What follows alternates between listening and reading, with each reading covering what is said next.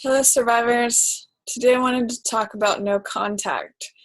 And no contact can be a great, great tool if you're trying to break your addiction to a narcissist. And I use that word specifically because when we are trying to leave a situation with a narcissist, we get into a very addictive state. And we become like addicts. We become dependent upon getting that fix, which is their attention, their favor, validation from them. And what no contact does is it allows there to be a boundary, both for them to get to us, as well as blocking us getting to them or wanting that fix. It's really like a mutually addictive dynamic. And no contact means what it says it means, which is zero contact. It means no emails, no texts, no phone calls, no interaction, zero. So it means not going on social media and looking at their profiles. It really means that if you're serious about wanting to, I'll say, get clean or, separate from the narcissist, stop the abuse, stop the chaos, stop the addiction, you're going to need to really break that. And that means deleting their number from your phone. It means if they text you, you don't reply. It means some people think that no contact just means that you don't initiate contact with the narcissist. And it's actually more than that. It means that if they contact you, if they email you, if they call you, if they text you, anything, you don't reply. You don't engage. You don't keep that door open for abuse, for being triggered. In some ways, by interacting with them at all, it's sort of keeping that door open and saying, here, come provoke me. Come get a reaction. And meanwhile, I'm going to get a fix too, while I get your validation, while I get your, approval, all of the things that the codependents or targets look for. So, see if you can go. I've heard a statistic that says 6 weeks is what it takes to break a habit. So see if you can go 6 weeks without any contact from the narcissist. You're going to feel that urge because you are in an addictive state when you're leaving that dynamic. And you may be very confused. You may be looking for answers. You may be trying to make sense of things. And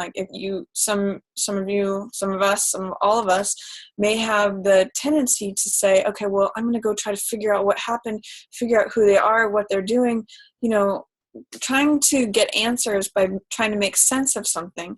And I love what one of my old neighbors used to say is that you can't make sense out of nonsense. Like it doesn't work that way. You're just going to keep yourself in it. It's just like you're putting your hand in the web again, or you're going out and touching the tar baby. You're just connecting yourself more to that dynamic. You kind of already know enough when you're trying to leave. So do yourself a favor. It can be very difficult. I'm not saying it's easy, but you're doing yourself a favor by really going no contact. You're not giving them the opportunity to be abusive or get a reaction from you to, activate or push you in one of the little places where they know they can get you a reaction from. And you're also not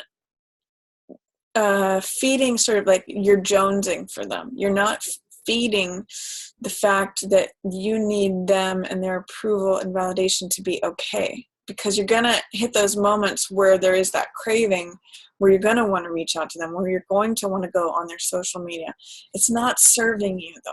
It's keeping you addicted. You need to break that addiction. So you try to go 6 weeks. That's my recommendation, and see if that can really get you out of that jonesing fix. And if you fall out of no contact, if you break no contact, that's fine, but just try to go back to it as soon as you can, because the more you close that door, the less possibility there is for you to keep going after the narcissist, you to keep that dynamic open of like, come provoke me, come get a reaction, and I'm going to get your validation and your approval. And by the way, it still means a lot to me. You need to start convincing yourself that your own approval is enough, that your own validation is enough. And no contact really does mean no contact whatsoever. So You may need to block them on social media. You may need to block their news supply. You may need to disable your account or put settings so that you can't use it for a while. Just depending upon what it takes for you to actually go no contact. You may need to delete their email, delete their number off your phone. And this is for you. This is for your benefit. It's not so much to keep them at bay, but it's so that you're not leaning into the dynamic again. And you're not prolonging your addiction to them. So that's pretty much all I have to say about no contact right now. There's a case where if you have a child with a narcissist, or there's extenuating circumstances where you have to have contact with them, you can do something called modified contact, which is the bare minimum. So it's all about the kid. It's all about the kid's needs, just logistics, bare minimum logistics, like pick up place, drop off place.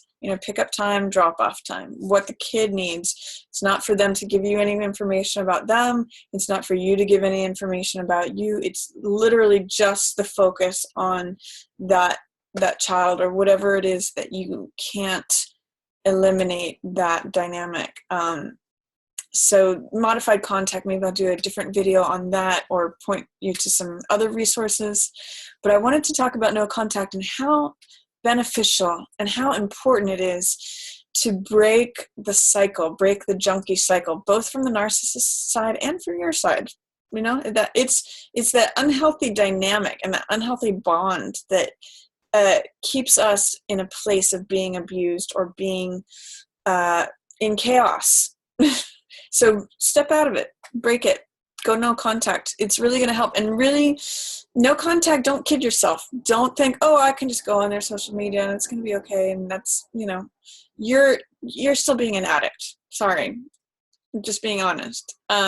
You will know when you have really established no contact, when you don't even crave contact with them anymore. So that's a quick video. I'm going to try to keep this one short, so I'm going to wrap it up there. But if you have any questions or comments, feel free to put those in the comments below, and I'll look forward to talking with you very soon. As always, thank you for watching. Stay healthy, stay safe, and stay sane.